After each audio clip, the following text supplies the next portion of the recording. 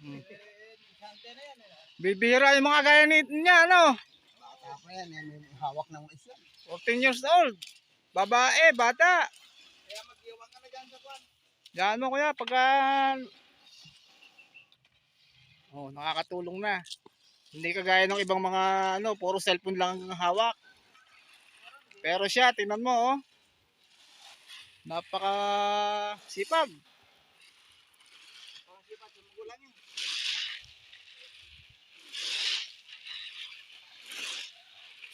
Natutulungan ko yung anak niya yan. Ha? Natutulungan ko yung anak niya. Hindi yung kagaya ng mga kagaya niya na pagdating ng bahay, puro cellphone lang ginagawa, ano. Sa pag-aaral niya, Sipag din mag-aral. tapos na ngayon ko niya, yung idol niya, kaya linis lang pasok niya. Medyo umaamoy na. Kulong pa rin. Hindi pa yan. Pag nabilad dyan, wala na yan. Yan o, nakamahaba ng kanyang mga... Nag-aaral ka pa, Neng? Ano year mo na? Ang sipag mo naman. Todo inisip mo. Grade 9. Baka dumali ang kwan na kwan. Ang monthly ba yung sigil niya? Opo. Ha? Ang sama, hindi na ikaw maniningil ka. Kung gusto mo, ako na rin. Ang haba, oh. Ang haba yan, oh.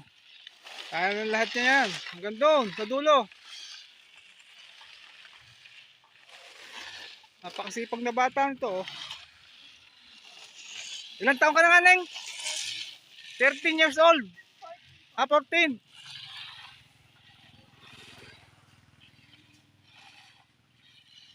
Nakakatulong sa magulang.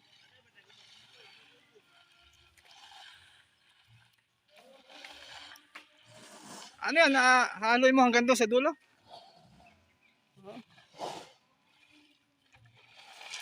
Ano, tinan mo. Kanyang haloy hanggang doon sa dulo. Napakalayo.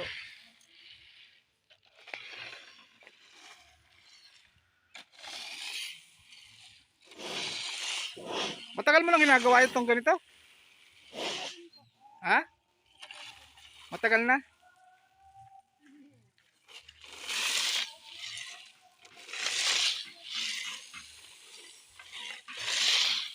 Napakasipag niya. Talaga nakaka-inspire. Ayun oh, haba. Mula doon sa dulo. Siya ang gumagawa niyan. Hanggang doon. Ayun oh, haba niyan.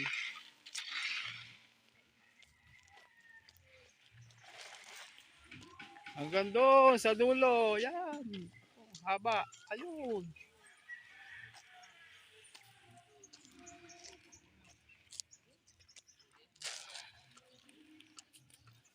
Saludo ako sa iyo, bata ka. Mabuhay ka.